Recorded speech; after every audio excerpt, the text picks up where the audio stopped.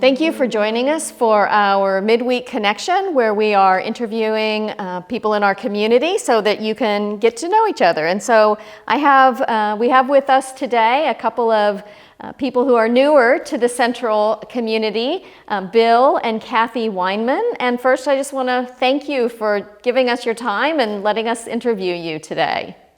Thank you. It's our pleasure. Great. Well, I just want to start out, if you could just tell us a little bit about yourselves. You first, me first, you first. I'm Kathy, obviously, and I'm a retired speech-language pathologist. I was in private practice for 40 years. I retired a few years ago. We live on the south side of Indianapolis, have some neighbors here that go to Central. And what else do you need to know about me? Go ahead and tell them what you did. Okay, I'm retired as well as a budget analyst for the state of Indiana, and then also twice retired as a budget analyst for J.P. Morgan Chase. I was 30 years at J.P. Morgan and 10 years at the state. I grew up on the north side of Indianapolis at 40th in New Jersey, and I lived with my parents there for 18 years, but then I met Kathy and things changed. Yes, I guess they would. I didn't spend a lot of time at 40th in New Jersey after I met Kathy.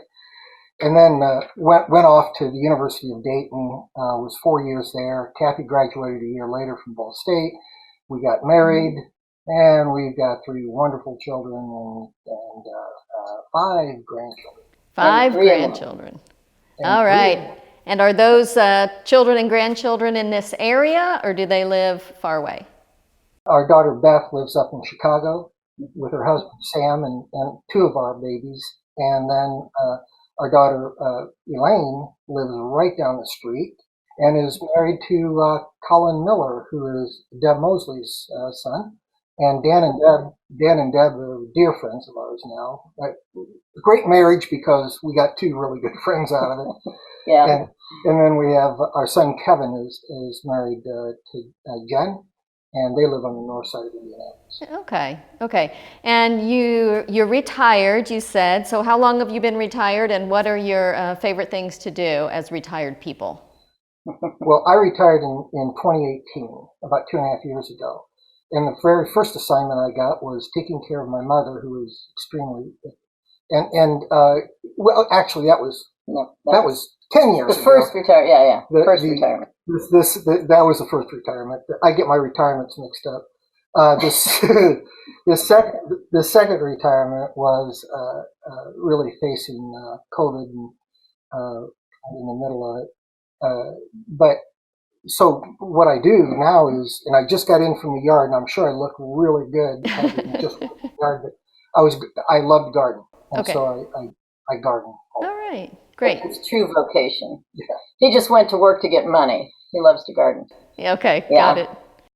And I'm his unpaid labor in the garden. He's the brain, I'm the brawn, and I'm also my unpaid, almost full-time job is I'm the Indianapolis lead for Moms Demand Action for Gun Sense. So some folks might have seen my face on TV. Anytime there's a tragedy, a lot of times they want to have us comment or have questions for us. So I do that. I spend a lot of time doing that.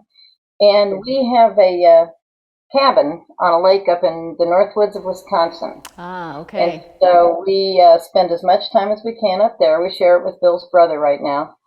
And we didn't go at all for 2 seasons. But this past summer, we were there almost the whole summer. And we were able to tune in, Linda, every Sunday. Oh, great. Yeah. Well, that leads to my next question, which is how you got connected to Central Christian Church and what makes you want to stay connected.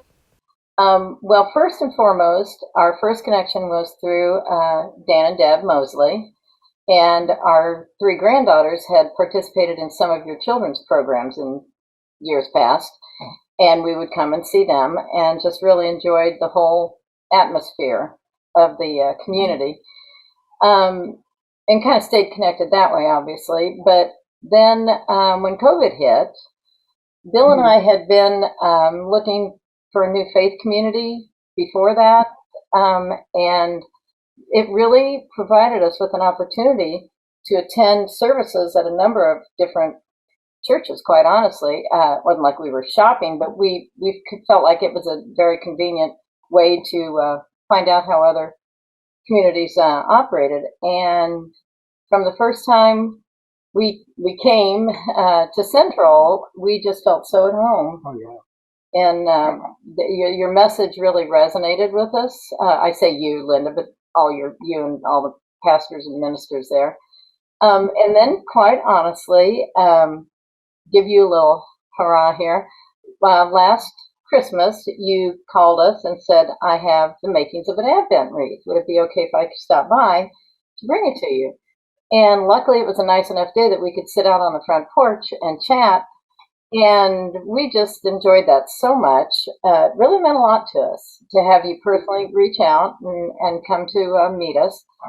And ever since then, it just keeps getting better and better. We just feel more and more a part of the community, and we will be in the building one of these days. Yes. We promise. Just not today. No, it's great. I think you are one of a small but growing number of people who are definitely connected and engaged, and yet have barely ever been in the building. So it's part of the new reality that we're living in 2021. But just so glad to have you. No, I mean, it's really good to be with you too. It's a two-way street. Whether it's you on camera or Luis or Grace, or one of your invited guests to speak, we feel so well connected. Oh, good. That's great. Great to hear. The other question that we have is just a fun question, and that is, if you could bring with you to your worship experience, whether it's at home or here in the building, a fictional character, who would you like to bring and why? Okay, that one fell to me. Get ready, okay? All right. Anyway. I don't know what you're saying. in keeping with the season, Linda, I thought about actually Charlie Brown, Linus, and the Great Pumpkin. Okay. All the above. You take a look at it, it really boils down to the story of hope and perseverance. And I think Central is really all about that. A lot more thoughts about that, but very clearly, Central invites us to come to the table and listen to the Word, think and feel, not just blindly follow a rigid set of religious rules, but really understand our faith and the community that we live in, and that's very refreshing. Okay, great. Well, thank you so much again for your time, and thank you for introducing yourself to our community. And be sure to join us again next week when we'll interview another member of our community.